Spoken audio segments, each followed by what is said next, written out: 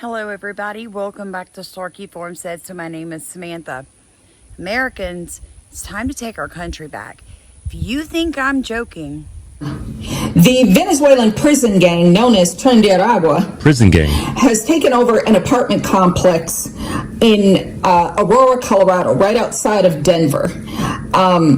The property manager known as CBZ Management has been trying desperately to regain control of their apartment that they have just spent $300,000 to bring to code with renovations, but they can't even go in there because the Venezuelan gang has taken over their apartments.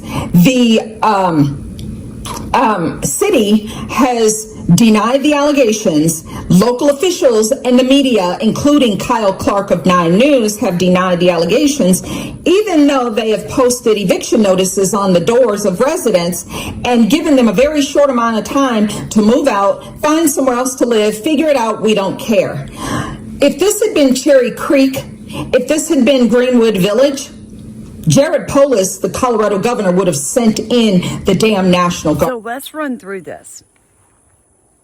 Our 18 to 45-year-old men and women are dying due to fentanyl, hundreds of thousands a year. Where's fentanyl coming? Southern border. We have crime rates, rape, and child abduction happening across our country in every major city from illegal aliens. Okay? Where are they coming? Southern border. Now we have African American people basically being thrown out of their apartment rather than the government dealing with the problem of an illegal gang of Venezuelans taking over the apartment building. And where did that come from? The southern border. So how are we going to take our country back?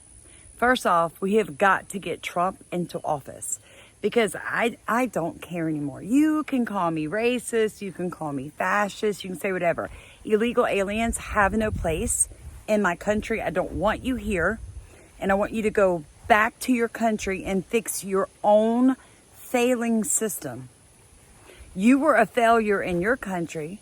Now, I don't need you to come be a failure in mine. We have enough problems in our country without you failing here also. Okay? Now, having said that, let's talk about all the children missing, right? Because we, as a Christian nation, which we are, should be very concerned about the fact there are over 30,000 children missing in this country that were brought here illegally and unaccompanied. See, that's the thing. They were brought here, but they were never unaccompanied. They were dropped off by gang members at the border, picked up by our government, federal officials, and then disappeared. Wow. Kind of makes you wonder, doesn't it? Where are these children? Watch this. From the year before, 120,859 unaccompanied migrant children. Total for 3 years of 365,705. And DHS saying it is unable to account for 32,000 plus of those children. How does that happen? Well, I think those numbers and those explosion in those numbers from FY21 to 23 that you just showed tell the story, which is that is under the Biden administration, where they have emphasized processing aliens as quickly as possible. And that includes children. That includes children handing them over to HHS, who then processes them out of their facilities very quickly as well. And when you do that, corners are going to get cut. And in this case, failure to issue a notice to appear and not having these individuals and these children show up for the immigration. Our country is in trouble. It's in serious trouble. And the only way we're going to take it back is grassroots voting.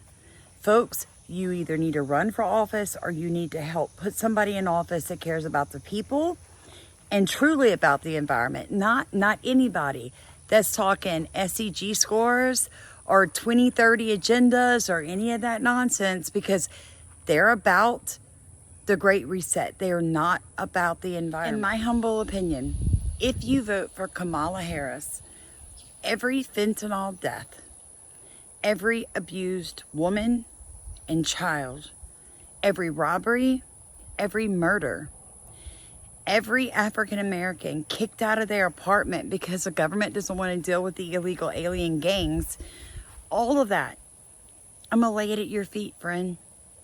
I'm going to lay it at your feet because you have an opportunity to say enough is enough. We have an opportunity, guys. We honestly do. And by the way, for the ones of you that are new on our channel, my name is Sam. I run a 2-acre farmstead, debt-free here in Southeast Louisiana. And yeah, I do videos on whatever topics the Holy Spirit throws my way. But guys, for the ones of you that don't know, we were cut off. Basically, YouTube said we're not going to pay for you videos anymore, even though we have 51,000 people on our channel. And we just recently wrote a book. So if you'd like to help us get that book out and get it advertised the way that we need it advertised, I'm going to drop in comment a way that you can send $1, and that would help us out so much. But guys, I love y'all. I have a lot to do with the book to finish it up. We're working on the last little bit of editing today. It'll be going into the hands of the publisher next week. Woohoo, so excited. Just came back from our Maui mission trip. My husband started a new job. Memorial Day is Monday, and I've got 2 sons in the military. So I've got a lot going on. But I just wanted to bring this video to you and raise awareness that we have to fight. We have to fight. And I mean, yeah, I'm all about Second Amendment. But what I'm talking about is fighting with our brains. Listen to what they say and then watch what they do. Where are these immigrant children? Who has them and what are they doing to these babies? Really think about that before you cast a vote for Kamala Harris. Because I don't know, if you vote for her all because you want the right for abortion, you had that under Trump. Like, gruesome. I don't know. Yuck. If that's your reasoning, you're just yuck. Yuck. Like, for real. Yucky. You're a yucky person. I love you guys. Have a blessed day, folks.